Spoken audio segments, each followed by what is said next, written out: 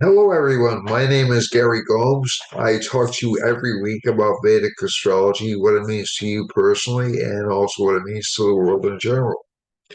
I start with the world, go to you, and come back to um, the world again by using an astrolocality map. Now, today I'm a little bit low energy because I had a bit of a disappointment this morning. I lost a valued member of my household. I lost a little kitty named Goose. We had her for a few years. He was actually born in my house a few years ago, and he passed away suddenly and unexpectedly. So I apologize if I seem a little down. That's the reason for it. However, I am here for you. And I also heard recently that a friend of mine was diagnosed with cancer. And so this is going out to both Goose and my friend. You know who you are, and good luck to you. And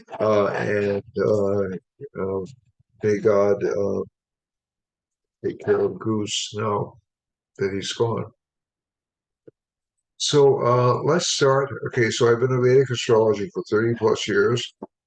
I'm working with on a voluntary basis with Saptarishi astrology.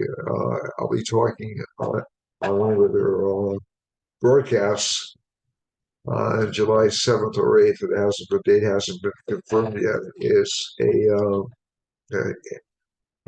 a ceremony for C.S. Patel, who's one of my very, very favorite Vedic Indian astrologers. And so I feel very privileged and honored to be talking at that.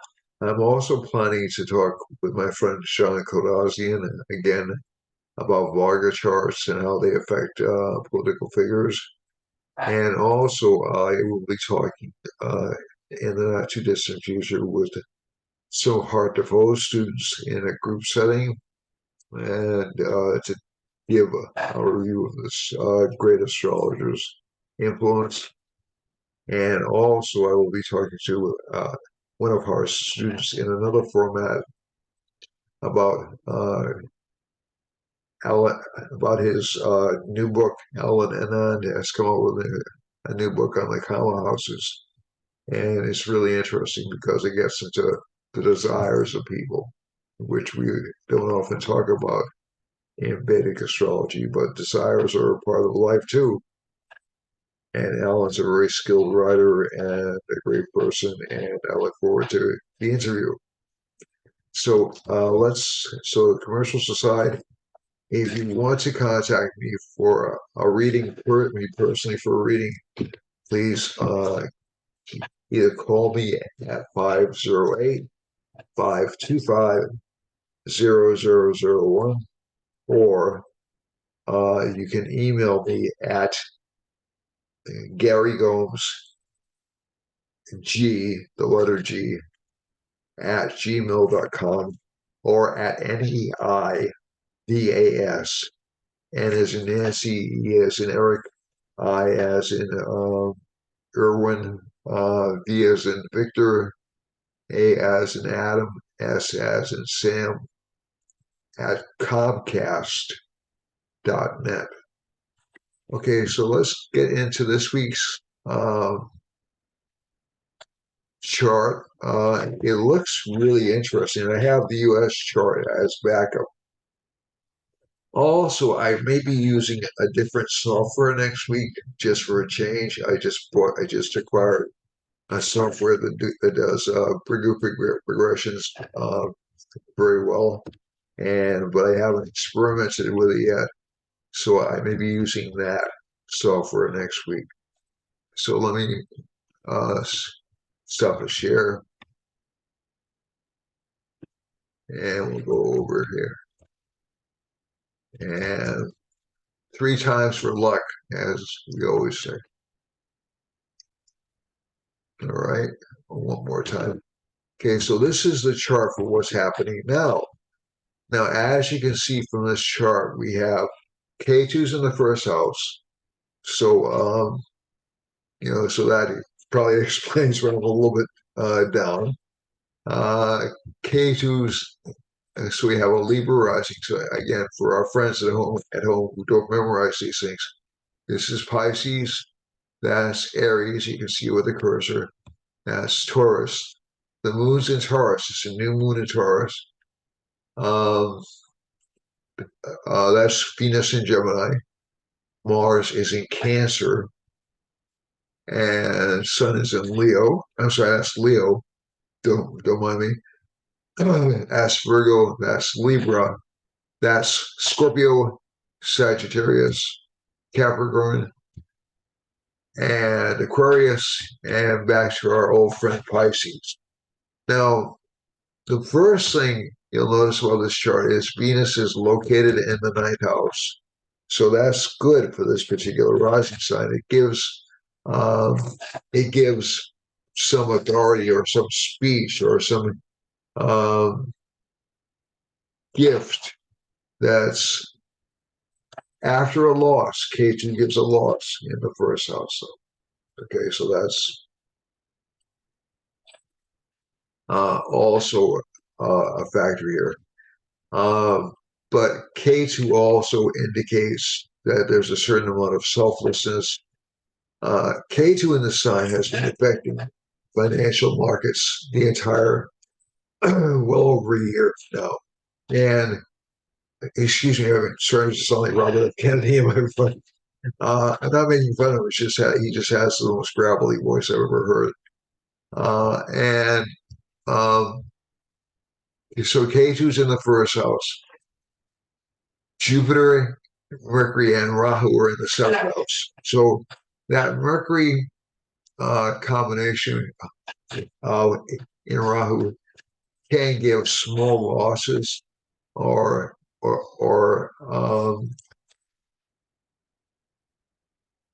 or some problems in communication. We've seen a lot of mixed communications coming out over the past week or so, especially in the United States, but also pretty much all around the world. We have seen, as I've said many times before, a lot of suppression of freedom of speech, and not just from the usual suspects.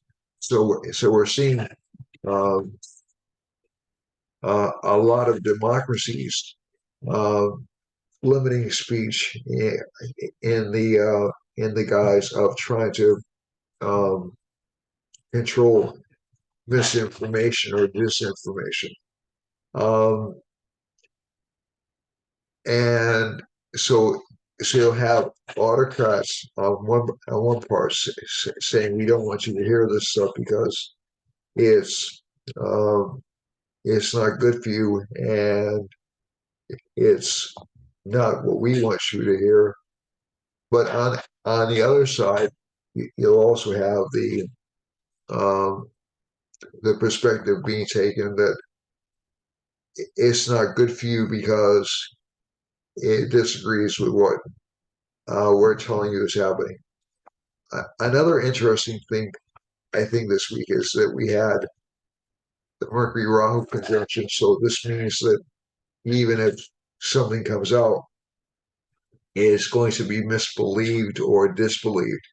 Especially in the United States, we've had a lot of just the follow-ups to the Trump town hall, but also we've had a lot of dispute um, within the network that uh, within the cable news network within CNN in the United States about even running that, and other media outlets attacking them for running that. And also, I think one of the most fascinating things is you had uh,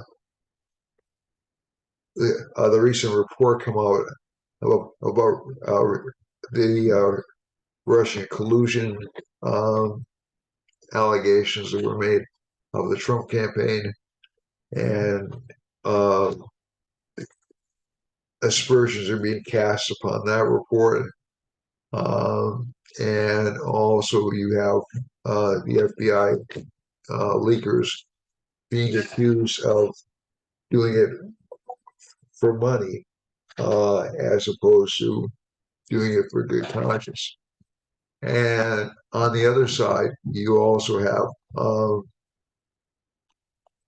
uh, what's happening with Congressman Santos uh, in the Congress. You know, he's being brought up for hearings. You also have certain uh, allegations being made about the Supreme Court. You know, the Supreme Court's been involved in a lot of ethics scandals lately. So it's just fascinating, and I do make a concerted effort to try to cover both sides and point out that nobody's really immune from this kind of manipulation of data. It's just much more transparent when you have a Mercury Rahu conjunction in the chart, and also when Jupiter's there. So you'll see attacks on people in authority or in academic institutions, and that's also happening, by the way. Academic institutions, and that's happened over the past few months because some academic institutions are now saying they're going to do away with things like SAT scores and go to essays, which will make it much. Uh, it'll make it easier for schools to admit uh, students without some kind of a merit test. Now, again, it's always open to question as to whether or not SAT scores uh, and I was in education for years, so give me some credibility here. There is an argument as to whether or not these scores actually do give unfair advantages to certain populations. But the unfair advantage it's giving is actually to Asian populations. You know, so those individuals tend to score the highest. You know, it's just overall on SATs. So I'm not taking sides in this. I'm just saying it's not really.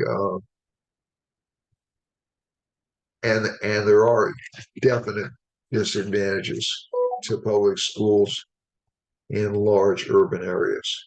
You know, that's not a lie. So it's not an even playing field um, at the start. That's absolutely true. But I think one of the problems that you run into is how do you actually develop an even playing field? How do you actually develop an even contest? I spoke last week about government about California passing or that or the reparations recommendations that came out of California, and Governor Newsom will not endorse it yet right now. And the reason for that may be because Governor Newsom has political aspirations beyond California. It's a fascinating time to be alive because I've seen a lot of the same issues that came up in the, as I said before, in the late 60s and early 70s. And a lot of the planetary configurations are very similar, not identical, but very similar to what happened at that time. They're also somewhat similar to what happened in the 1990s. And in the 1990s, um, we did have cases of we did have more attention on gay and lesbian rights. It was sort of the start of transgender rights, and the 60s and 70s was sort of like the start of the gay rights movement overall. You know, this wasn't so. These emphatic points tend to repeat themselves. That doesn't mean that any gains that were made during those will be taken away as soon as these periods end, as soon as these planetary transits end. But with Saturn in Aquarius, which advocates for change, Rahu in Aries, which tends to knock down establishment figures, and and with and so these are the longer transits, and with Jupiter in Aries, indicating a desire for new leadership, for reform, for transformation. That's pretty significant. So I think one of the things that you're seeing is sort of a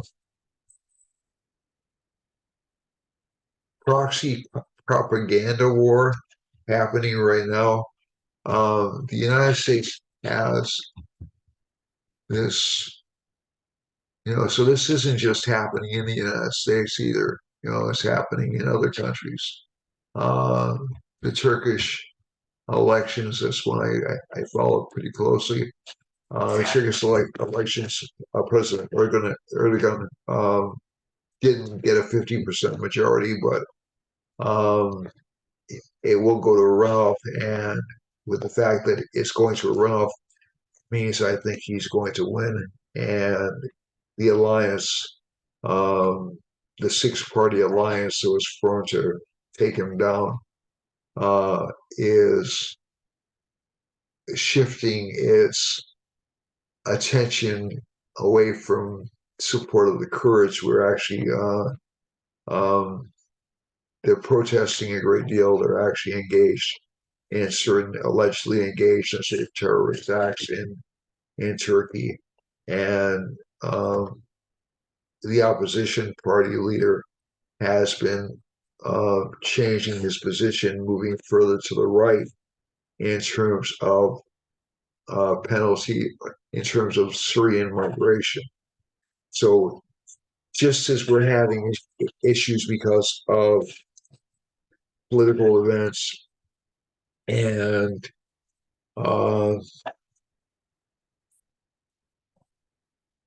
wars causing dislocation here in the United States, Turkey and most of Europe are experiencing the same things, because of countries like Syria, Iran, Ukraine, uh, people just leaving those countries in droves for very good reasons. And in places like Guatemala, Nicaragua, they're leaving those places for very good reasons as well. And in part, it's because of the government uh, to the south of Mexico, in part. So it isn't wars, but it's because of the government. And in part, it's also because of um, government failures to address the needs of the people. Now, we look right here. This is a map of the United States, just in general. The United States has Jupiter in the seventh house. So Venus is passing through the seventh house of the United States right now. That means there's a lot of focus on material security in the United States. Mars is in the same sign with Mercury and Rahu in the United States. So there's a lot of fighting and a lot of anger over um, uh, news media and coverage. Okay. And uh, nothing's affecting Saturn right now, but the gains in the United States, so that's K2 and Libra in the transit chart, and Saturn's passing over the United States moon, that will force changes in politics in the United States. The United States is a restless country overall.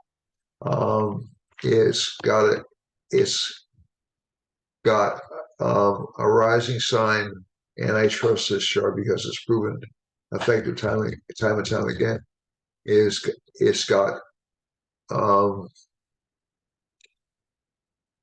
it wants to control things, but it doesn't know quite what it wants to control, if I can say that. I'm not un-American by any means, by any stretch of the imagination. Um, I'm very grateful to be born in this country, but it really does have a very strong militaristic bent. It really does have um, a record. It does have basically an empire, um, and there are other parts of the world uh, like China and um, and the Far Eastern nations who are kind and India who are kind of chomping at the bit to have some of the power the United States has. And I think one of the things we have in the United States history is we'll see. I just want to go back to the United States map for just a little section, a little second. Um, United States will enter in, at least according to this map, around September, enter Rahu Mercury subperiod. Now that's a little better for Donald Trump's chart. Not really bad for Joe Biden's chart, to be honest with you, um, but Donald Trump's Mercury is outstandingly strong. But one of the things I've noticed about Mercury as as a Mahadasha Lord is, and again, we don't know the other candidates' charts right now. I don't have it. I don't have Ron DeSantis' chart. I don't have Robert F. Kennedy Jr.'s chart. I'm just focusing on the two most likely players in the presidency. Um, but I was just going to say Trump's Mercury is very strong. He's got an 11th house Mercury in Gemini. So, but Mercury's in a stable Mahadasha. Um, it has trouble sticking to things. Uh, and I think you're going to see a lot of media scandal and a lot of media distortion over from September 2023 all the way through the election period. So this is going to be fascinating. Right now we're in a Saturn subperiod. Saturn's kind of bad for the economy for the United States. Mercury is a little bit better. Mercury gives innovation, helps the United States form innovative pathways as a country, but it will also increase what I would call the tendency to spy on other countries or interfere in other countries and for it to be covered up. Um, I think what we're seeing right now in across the world is, um, and again, this isn't something new you've heard from me. The United States interferes in other countries' politics to a great extent. And that was very true in the 1950s. And that was our Mercury major planetary period. Right now we're in Rahu Mercury. But that was United States' Mercury major planetary period. So you may see a rebound in the United States economy, but um, that was also a time when the United States was experimenting or starting to experiment on people. It was also starting to actively engage in the overthrow of governments, but we'd never heard about it, and actively get involved in conflicts, through military means. Doesn't mean this is going to be an exact repeat. Rahu Mercury is a little different from Mercury. But basically, I think you will see. I mean, there will be an innovative explosion in the United States over the next couple of years. Um, and a lot of that will affect the rest of the world. But I think you'll also see a lot of not really underhandedness, but secrecy. A return to secrecy, and that worries me just a little bit. Um, yeah, as a matter of fact, we're seeing signs of that right now, where um, there are indications that um, at least some indications the United States um, intelligence agencies have become heavily politicized, and they were heavily politicized before. This isn't new. I mean, if we think back to the 1960s, the civil rights movement was heavily under attack from the CIA, the FBI, the intelligence agencies. So again, it depends who's in power or who's um, got control of the agencies. I think to a very large extent, um, they were virulently anti-communist at that particular point in time. That was a major threat. This time, the major threat is uh, right wing or um, terrorists or domestic terrorists. That's who we made the new target, and of course places like Russia and China. Um, and so expect to see more of that coming. One thing I did mention last week was I saw a line over Italy, and there was some massive flooding in Italy, which I don't think I explicitly said, but I think I did say Venus. There was a Venus line over there, and Venus lines are usually associated with floods or with rain in particular. Now, so let's get back to this chart. So the sun and the moon are together in Taurus. That does indicate a stubbornness to stick to procedures or stories. Uh, Mars in Cancer, try to control your temper just in general over the next couple of months. It's going to be really difficult to do so. Um, Venus is in Gemini, that's good, but it can lead to illicit affairs. K2's in Libra, still not really good for economic issues, and Saturn in Aquarius, a lot of slow focus on economic innovation.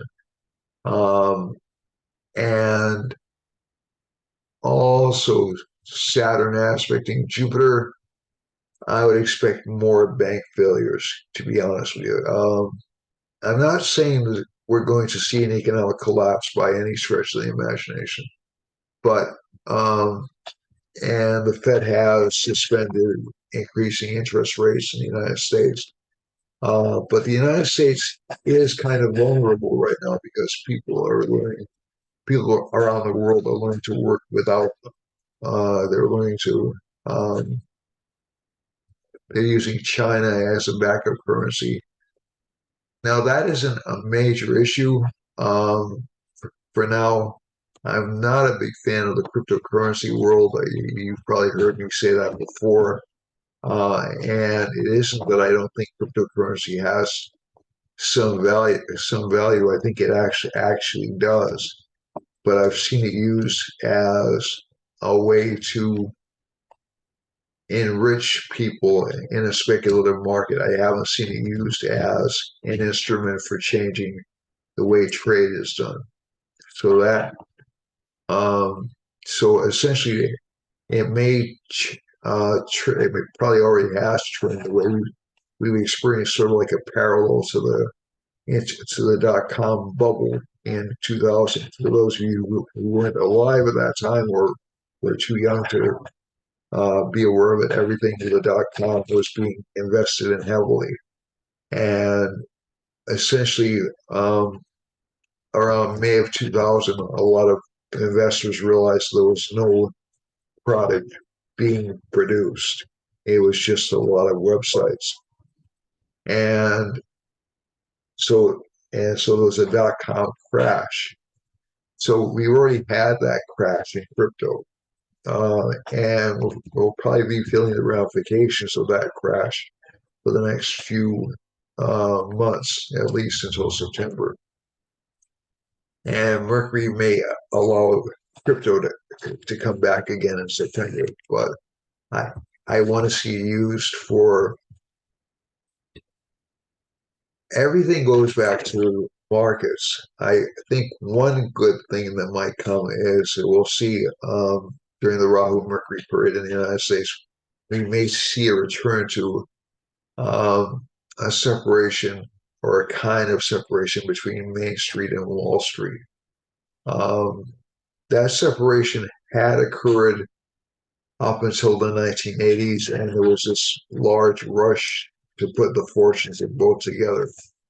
I don't think that's necessarily good for stability of economies. Um, so essentially that, and that's just my bias. Other people, reasonable people, can disagree. But if you stake everything on how well the markets are doing, you're staking your fortunes based upon how well only a, only a small number of people are doing. Um, and economies, for their continuation, should be more diversified than that. And I think that's led to all kinds of bad decisions since the 1980s in terms of economic policy. So whenever the markets are unhappy, uh, we change position. Whenever the stock markets or the investment markets are unhappy, we change. Well, even if we know we're doing the right thing, we change around, and that's been really disastrous for American workers, for um, equality of income, access um, to economic security for a lot of people, not just here in the United States, but around the world. So I think if we see that kind of reform coming soon, and I hope it's soon, that'll be good. That'll be a good thing. But it'll still be kind of difficult to adjust to. So let's look at the individual signs for this month. Do I get too far afield in that? And I've gone a little bit over what I wanted to in that. So that's something that's coming. We are going to have um,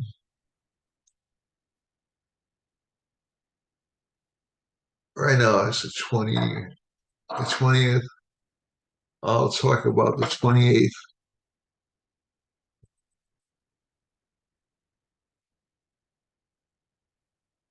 So this is a new moon. There should be another full moon in about 2 weeks. I'm sorry, June 5th. There'll be a full moon on June 5th. I'll talk about that in the next forecast. But that should be a really interesting full moon because the moon will be in Scorpio. And that'll bring out, again, additional scandals, additional problems. But this is fascinating because um, I always tend to get sort of a pleasure out of times like these, not because I like to see people disrupted or arguing or anything like that, but because I don't like secrets. I just don't like um, people not knowing what's going on with their government. And I think that we've seen a lot of manipulation through media and other sources over the past couple of years. And I'm just kind of tired. Past couple of years past, I say since the 1990s, to be honest with you, maybe even earlier. Um, and certainly since the aughts. Um, and I think you're seeing a lot of breakups, changes in media, changes in governments, but in order to build up, you must break down. So it's a little bit unsettling right now for people, but I think um, that in order to build a better future, you have to break down things just a little bit. And also, it helps in order for people to learn more self-sufficiency, maybe not rely on leaders too much to make decisions for you. Make some decisions for yourself, figure out ways to make yourself independent. So I think that that's maybe good advice, and seize your own destiny, okay, as opposed to relying on government to do it for you, or essentially telling government what you want them to do. So, and not through social media, but through direct contact, not through uh, the social media is one venue, but um, I think social media is more like an angry group of people just screaming, and media is just saying, okay, just shut up. I'll change it. Um, And I hate to put it quite that bluntly, but that's what I see. All right. Um, so, like I said, that's both sides. It happened. It happened in the Fox Dominion lawsuit. Is a lot about that, uh, as well as what happened earlier in cancel culture. It's so both sides are victims or are captive, not victims, captive to their audience. And it's important to remember that when you're looking at any news source. It isn't about what's right or what's wrong. It's more about what pleases different people. So for Aries rising, let's go to the individual signs. And I'm going to go through these more quickly than normal. Aries has a Jupiter Mercury conjunction. It's the ninth lord, along with the third and sixth lord, and the 12th lord. So that creates a kind of, actually, it creates a good combination. So there'll be better communications for Aries. There'll be better prospects, better financial prospects this month. Um, it'll figure out a way to deliver its message more diplomatically. But Mars is in the fourth, so just be careful about not losing your temper, especially with your relationship partner who seems a little bit disinterested in what you are interested in. Saturn in the 11th is good for slow gains. Just accept that for the time being. This is not a bad placement. And you'll actually see some improvement over the next couple of months in terms of finances. For Taurus, Sun and Moon are together in the first house, as the Lord of the fourth, in the same sign as the Lord of the third, so that makes it easier to fulfill desires. Venus is in the second house. Financially, this sign should do a lot better this month. And Mars is in the third house.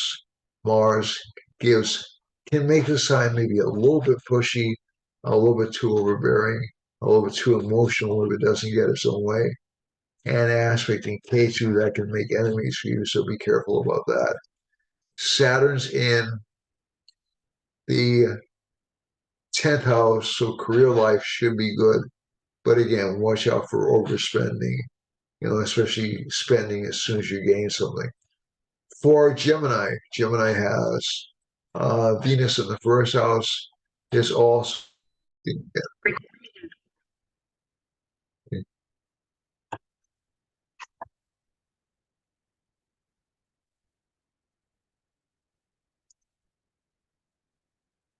I'm going to do this a couple of times just to make sure. Gati Lagna in Gemini is very good for communications. It will give some fame to people with this particular rising sign. Um, Mars is in the second house. They will seem to be a bit aggressive. They'll seem to be overly emotional with family members.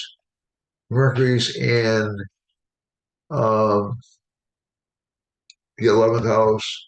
So there'll be some disruption or problems with family members that shows up again.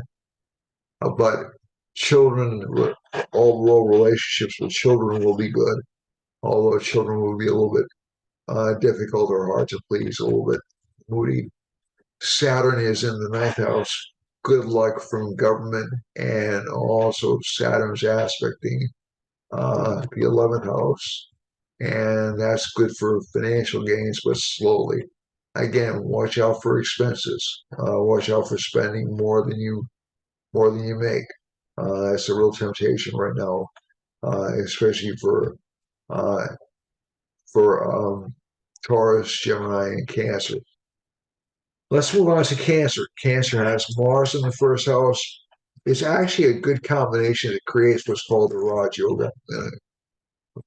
Make sure I have this.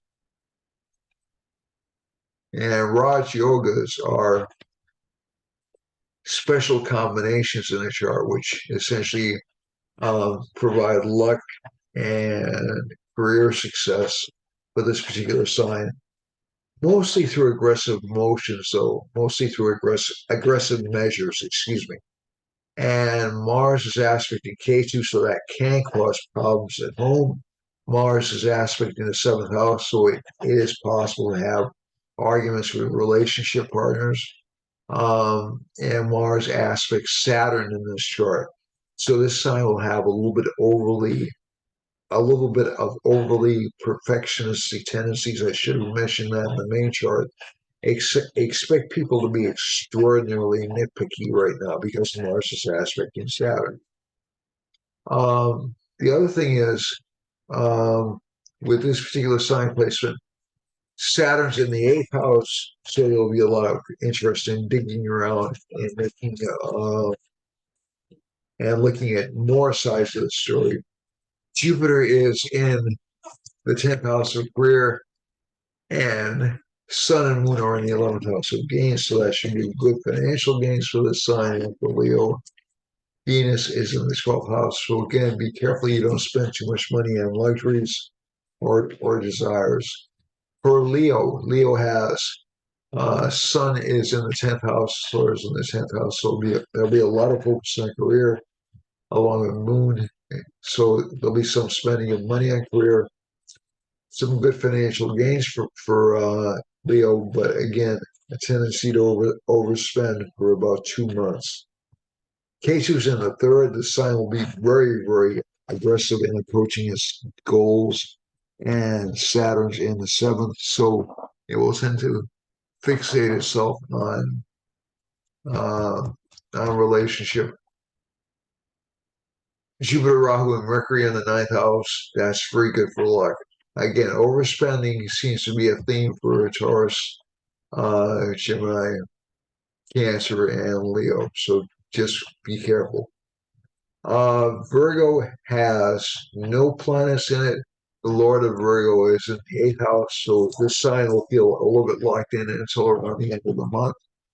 Um, yeah, so for about another 16 days or so. And I think one of the things you'll see is after about 16 days, you'll start to feel more luckier and more prosperous. K2's in the second house. That makes it difficult for this particular sign to hold on to money because it'll be spent and there'll be blocks towards the steady flow of income. Um, Saturn's in the sixth, so you'll have to watch out for health issues. Rahu, Jupiter, and Mercury are in the eighth house, so good time to study, good time to improve. And also, the Lord of the 12th and the Lord of the 11th are in the ninth house. So, again, a good time to study, a good time for spiritual activity. Venus is in the 10th. Actually, the sign will become somewhat famous this month. Mars is in the 11th, so good for financial gains. For Libra, Libra has K2 in the first, so again, there'll be this strong feeling of confusion, too many directions to take. Rahu and Jupiter are in the seventh house, so there'll be good relationship opportunities. Venus is in Gemini, that's good for learning opportunities. Sun and Moon are in the eighth, so again, like Virgo, a lot of signs focus will be on picking up new skills in order to get money. Saturn's aspecting in the seventh, so relationship life will seem a little tough. Mars is in the 10th house, so that's actually good for financial gains, but you'll have to speak up for yourself in order to get them. For Scorpio, Scorpio has Mars in the ninth house, actually not a bad placement. It's what's called a Vedic house for Scorpio, but basically um, a lot of focus on learning and also on career growth for this sign. Um, the Sun and Moon are in the seventh house, so new partnerships. You'll probably see new partnerships coming up for this sign this month. Saturn is in the fourth, so again, there's this feeling of being hemmed in because of Saturn in the fourth house, restricted by responsibilities. Saturn aspects Jupiter and Rahu, and that can cause unexpected health problems, especially connected with diet. Um, Venus is in the eighth house, so that's good for financial gains. And The only thing you have to watch out for in the sign is K2's in the 12th. So again, some careless spending is indicated. Sagittarius has Jupiter in the fifth house, so good for luck, good for financial gains. It's a good conjunction for this sign, and essentially it will reveal a lot of secrets about politics and about finances.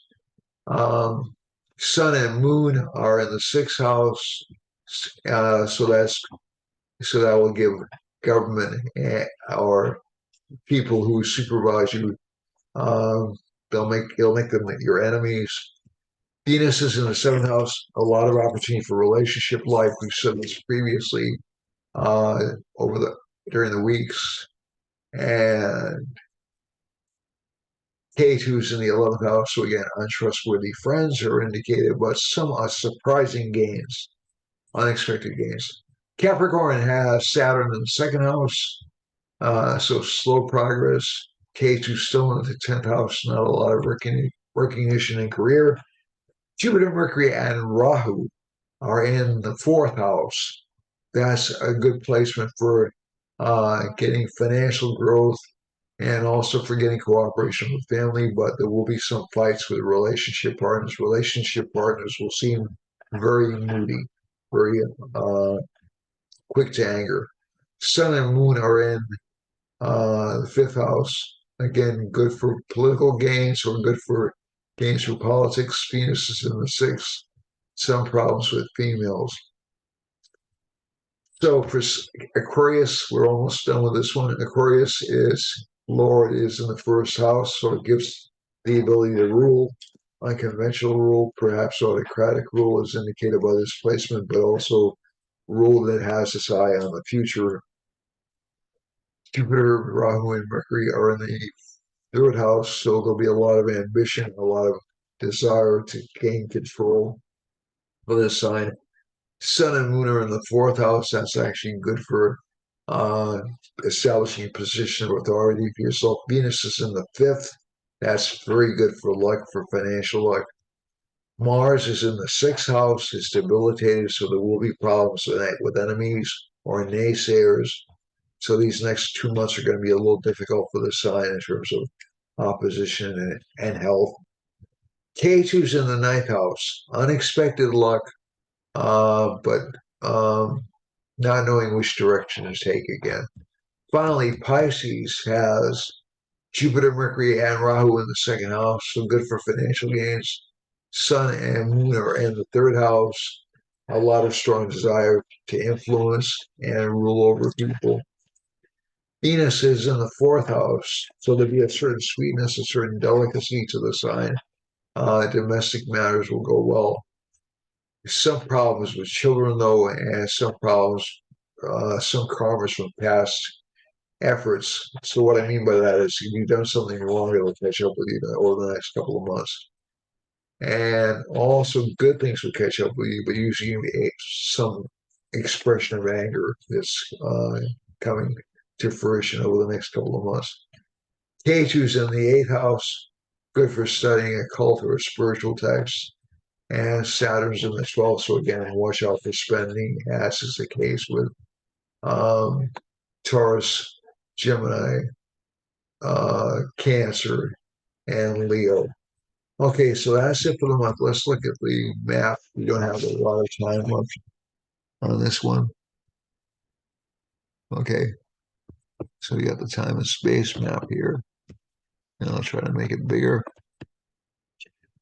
Okay, so what we have here is we have a Saturn line passing through Western Canada, so that's not really that detrimental. We have a sun line passing through Hawaii, which is interesting because that'll bring a lot of attention to Hawaii, and a sun and moon line. So there'll be the start of some new activities in Hawaii, maybe even a change of government.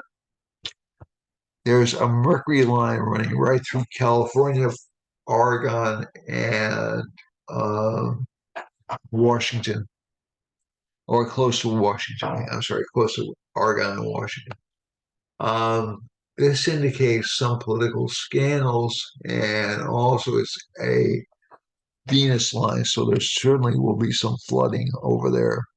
Okay, um, and also and also some possible flooding in Baja. I take it back about the scandals. That's not true. But Venus is going to give a lot of um, generosity to that particular place, but also some flooding and some weather problems. And also, I would say because Mercury is afflicted as Lord of Venus, also some political scandals. I'll go back to that. Mars is passing through western United States, up near Montana, down through Texas. Uh, Sorry for all the middle states I'm leaving out. Down through Guatemala and Guatemala and Central America is in kind of a nexus point here. We have a lot of planetary lines going down here, so we should see a lot of activity, a lot of political disruption in this part of the world.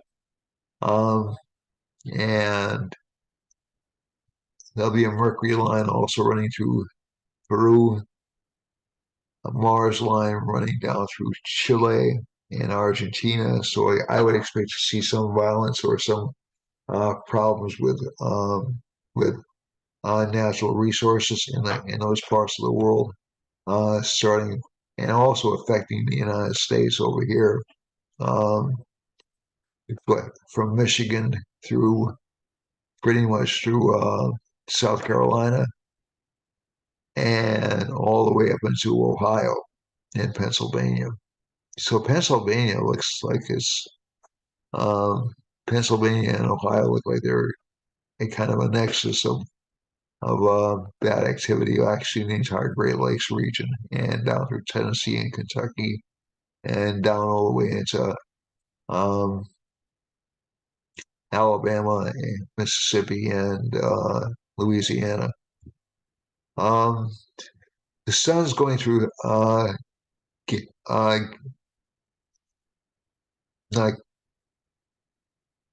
Guyana, sorry about that, and also going through Brazil and Argentina. So again, there'll be disruption to governments there, and there'll be economic problems in uh, Brazil, um, especially um, some kind of not government scandal, but some kind of scarcity, and it'll be famous for. As we go over here, there's nothing happening near the Azores or any of the islands in the Atlantic. We do have a Venus line going close to Ireland and also going through um, up near Morocco and down through uh, the Ivory Coast down here. And also we have a Mars line. So we can expect some government disruption, some in in both Algeria and down into Gabon. And you will see a lot of political scandals in Italy, Germany, Eastern Europe, in general, Poland, even up to Finland, and definitely into the Ukraine. So that's a part of the world I would stay very focused on. There's nothing much happening near Turkey. There's a Saturn line running to the west of Turkey, so that could mean some problems with the earth there. I hope there aren't any more earthquakes there. And also, Saudi Arabia has a sun and a Saturn line running through it. So there'll be some problems with that particular government and also in Iran and Syria. There's a moon line running through Iran as well, so that could lead to more female protests. And finally, last but not least, we go over to um, Sri Lanka and eastern India up near Bengal and Bangladesh. and into China. We're seeing a lot of disruptions in governments in throughout in and around Laos and um, Vietnam and Malay, and even down here into Indonesia. So Indonesia is going to have some problems. And China has this Mercury line running through it. So this will give, and also running through Vietnam. So this will give some trade problems, I think. So over promising. Um, let's see now. We have a sun line running through the Philippines and through the middle of Indonesia and through Western Australia, and a Saturn line also running up through Japan. Um, and conjoined with a moon line near Korea. So there could be some kind of a economic um, imbalance or problem between Korea and Japan, and it will also affect Australia. And we have a Mercury line, a Venus line, excuse me, running through southern New Zealand. So that could give a lot of extra weather activity in that part of the world. So the parts of the world I look at carefully would be the middle of the United States. I look at California. I look at not the middle of the United States, excuse me, but certainly over Texas, Montana, and Texas, and also this entire strip between the Great Lakes and all down the west coast of South America. A lot of governmental instability there. And that also looks true in Brazil to me as well. Um, the other lines that concern me a little bit, the Mars line running straight through France, so I could and straight through Algeria could indicate some fighting or arguments. We also have, let's look close to the Sudan. Hold on a second. So Sudan has a sun line. So I think yeah, there'll be violence in Sudan. The sun's in Taurus. Essentially, it won't allow peaceful compromise. And the other area that I would look at, so this entire cluster over here in Europe looks pretty weak. Looks and a little bit violent, and all the way down to Africa. And finally, over here, where the next big cluster occurs is really between East India and uh, China and that entire belt in between there. And there's a little bit of uh, negative activity happening over Japan. So that's it for this week. I'll see you next week. I love you all. Thank you so much for watching. I am having some other presentations coming up, which will not be shown on cable TV, but they will be shown on my channel on YouTube. And thank you all for watching. I love you all and have a great week and stay protected. Okay? You're in charge. Bye, everyone.